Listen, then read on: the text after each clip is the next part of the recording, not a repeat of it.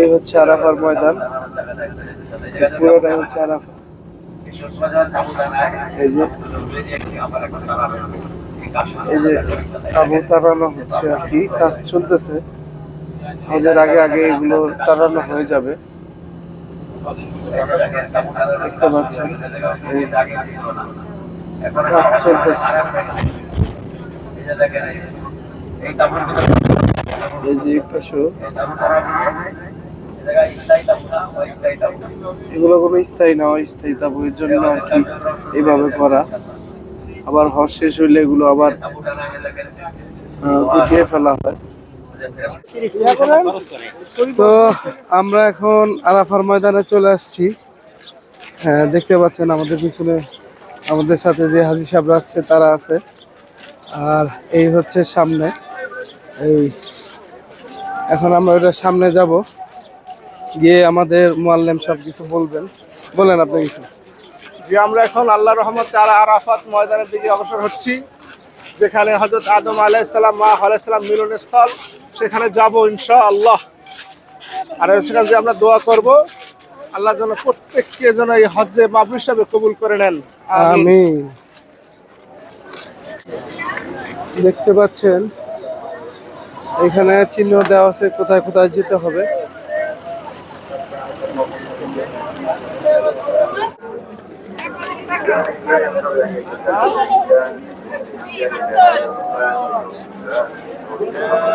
আমরা এখন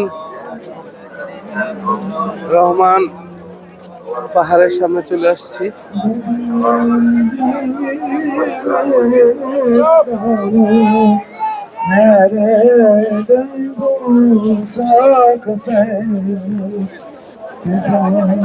প্রচুর মানুষ এখানে, দেখতে পাচ্ছেন আপনারা, প্রচন্ড মানুষ, প্রচুর ভিড়। দেখেন, একটু জুম করে দেখাই, মানুষ আর মানুষ।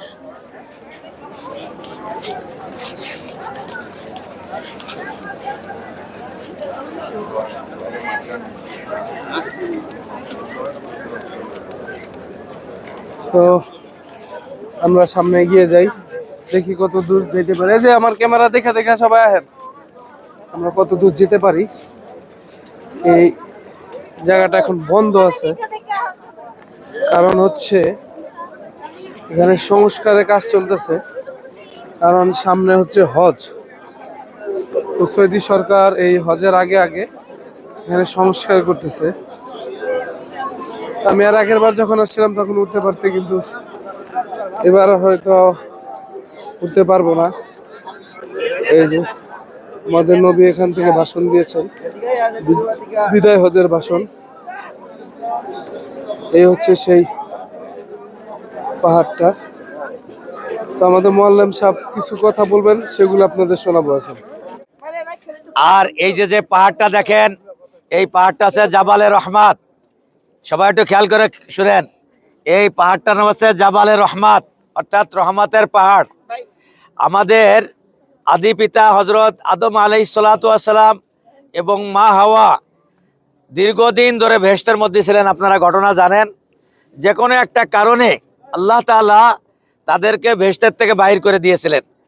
তা বাইর করে দিয়ে একজনকে আর এক জায়গায় দিয়েছিলেন, শ্রীলঙ্কায় ছিলেন আদম আলাইহিস সালাতু ওয়াস সালাম, আর মা হাওয়া ছিলেন আপনার জিদ্দায়।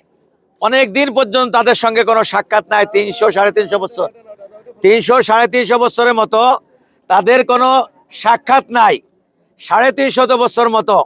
এই সাক্ষাতে না থাকার কারণে তারা আল্লাহর কাছে দোয়া করছে। হজরত আদম আলাইহিস সালাতু ওয়াস সালাম এবং মা হাওয়া এই জায়গায় সে দোয়া করছিলেন, রব্বানা আতিনা ফিদ দুনিয়া হাসানা ওয়া ফিল আখিরাতি হাসানা ওয়া কিনা আযাবান নার। সেই পাহাড় হচ্ছে এই জাবালে রহমাত।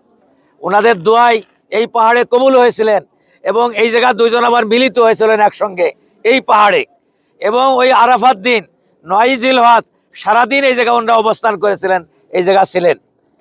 এবং এই পাহাড়ে আমাদের প্রিয় নবী মুহাম্মদুর রাসূলুল্লাহ সাল্লাল্লাহু আলাইহি ওয়াসাল্লাম বিদায় হজের ভাষণ দিয়েছিলেন। রসুল যে হজে আসছিলেন, যে হজের ভাষণটা দিয়েছিলেন, সেই ভাষণ দিয়েছিলেন এই পাহাড়ের থেকে। এটা হচ্ছে সেই জাবালে রহমাত। আল্লাহ রসুল সাল্লাহ সাল্লাম বলেন যে এই পাহাড়ে দোয়া কবুল হয়। এই পাহাড়ে কাজ করতে এসে সংস্কারের কাজ, এই কাজ করার কারণে পাহাড়ে এখন উঠতে দেয় না। আগে আমরা উপরে উঠছি, আমি এই গত এই উমরার আগে একটা উমরা নিয়ে আসছিলাম, ওই সময় আসতে পারে নাই। এর আগে যে উমরা নিয়ে আসছিলাম ওটা আমরা উপরে উঠছিলাম, এর আগেও উপরে উঠছে, কিন্তু এখন ওরা কাজ করতেছে, কাজ করার কারণে উপরে উঠতে দেয় না। তা আমরা সেই জায়গাটা দেখে গেলাম। এটা একটা বড় বরকতপূর্ণ জায়গা, যে জায়গা দোয়া কবুলের জায়গা। আল্লাহ রসুল বলছেন যে দোয়া কবুল হয়। আর এই যে একটা ঘিরা জায়গা দেখেন, এই যে ঘিরা জায়গাটা, এটা হচ্ছে নহরে জুবাইদা। এটা হচ্ছে নহরে জুবাইদা ঘিরে রাখছে। আগে দেখা যেত, আপনাদের ওই অলের পাশে দেখাবানি পরে, আগে ঘটনাটা বলি। নহরে জুবাইদার একটা ঘটনা আছে। বাদশাহ হারুন আর রশিদের স্ত্রী ছিলেন জুবাইদা। বাদশাহ হারুন আর রশিদের স্ত্রী, ওনার নাম জুবাইদা ছিলেন। উনি খুব নেককার মহিলা ছিলেন, আল্লাহওয়ালা মহিলা ছিলেন। তখন উনি একদিন স্বপ্নে দেখে যে আপনার এই মক্কাবাসীরা ওনার সঙ্গে মিলিত হচ্ছে, ওনার সঙ্গে মিলিত হচ্ছে এবং মিলিত হয়ে খুব আনন্দ ফুর্তি করতেছে, খুব আনন্দ করতেছে। তখন উনি হলো একজন বাদশার স্ত্রী, আবার নেককার মহিলা। ওনার এই স্বপ্নটা দেখে খুব খারাপ মনে হয়েছে যে আমি এত ভালো মানুষ, আমি এমন একটা খারাপ স্বপ্ন দেখলাম যে মক্কাবাসীরা আমার সঙ্গে মিলিত আছে আর তারা আনন্দ ফুর্তি করতেছে। এই খারাপ স্বপ্নটা দেখে ওনার খুব খারাপ লাগতেছে। তখন ওনার এক বান্দি ছিল, ওই বান্দিকে বলল যে তুমি যাও, আমাদের যে ইমাম সাহেব আছে, মুফতি সাহেব আছে, ওনার কাছে যে বলো, আমার কথা বলবা না, আমি যে এই স্বপ্ন আমি দেখছি এটা বলবা না, তুমি বলবা যে তুমি এই স্বপ্নটা দেখছো, এই স্বপ্নের তাবিল কি হবে। তখন ওই বান্দি ওই মুফতি সাহেবের কাছে, ইমাম সাহেবের কাছে যে বলছে যে হুজুর, আমি এই স্বপ্ন দেখেছি, এই স্বপ্নের তাবিল কি হবে। তখন হুজুর ধমকাইছে, কয় তুমি মিথ্যাবাদী, তুমি বান্দি হয়ে এই স্বপ্ন কখনো তুমি দেখতে পারো না, এই স্বপ্ন দেখার অধিকার তোমার নাই, তুমি মিথ্যাবাদী। এই স্বপ্নে দেখলে দেখতে পারে বাদশাহ হারুন আর রশিদের স্ত্রী জুবাইদা দেখতে পারে, কিন্তু উনি নিষেধ করছে, বলে নাই। যে বলছে দেখেন আম্মাজি, উনি তো, আমি বলছিলাম এই কথা, আমাকে মিথ্যাবাদী বলছে এবং বলছে যে এই স্বপ্ন দেখলে দেখতে পারে বাদশাহ হারুন আর রশিদের স্ত্রী জুবাইদা দেখলে দেখতে পারে, আর তুমি যে কথা বলছো তুমি মিথ্যাবাদী, এই স্বপ্ন তুমি কখনো দেখতে পারো না। তখন জুবাইদা বললেন ঠিক আছে, হুজুর জন্য বুঝাই ফেলাইছে যে আমি দেখছি, তাহলে যে বলো যে আমি দেখছি এই স্বপ্ন, তাহলে এর স্বপ্নের তাবিল কি। তখন হুজুর তাবিল বললেন যে এই মক্কাবাসীদের জন্য, এই মিনা আরাফাবাসীদের জন্য কোনো খাওয়ার পানির কোনো ব্যবস্থা নাই। এই বাদশাহ হারুন আর রশিদের স্ত্রী সেই মক্কাবাসীদের জন্য নালা বানায় দিবে, খাওয়ার পানির ব্যবস্থা করে দিবে, তারা ওই পানি খেয়ে খুব আনন্দ করবে, খুশি হবে, পানি খেয়ে খুশি হবে। এই স্বপ্নের তাবিলেই তখন সেই সুদূর মিশরের থেকে সেই নালা বানায় দিয়েছিলেন, সেই পানির ব্যবস্থা করে দিয়েছিলেন, সেই পানি খাতেন। ওই দেখেন ওই অলের পাশে সেই নালা আছে কিছু, ওই দেখেন ওই অলের পাশে কিছু শূন্য জায়গা আছে, দেখেন ওই দেখা যায়। এই জায়গা থাকতো, এই জায়গা থেকে পানি খাতো মানুষ। এরকম মিনা এরকমের একটা জায়গা আছে পানি খাতো, আরাফ মানে আপনার মক্কাবাসীরা পানি খাতো। এই তিন জায়গায় এই পানির ব্যবস্থা ছিল খাওয়ার। এই খাওয়ার পানি ছাড়া অন্য কোনো খাওয়ার পানি এই মক্কাবাসীদের জন্য, এই মিনা আরাফাবাসীদের জন্য আর কোনো ব্যবস্থা ছিল না। এই জন্য সেই জায়গা আমরা আসছি, সেই নহরে জুবাইদা দেখে গেলাম।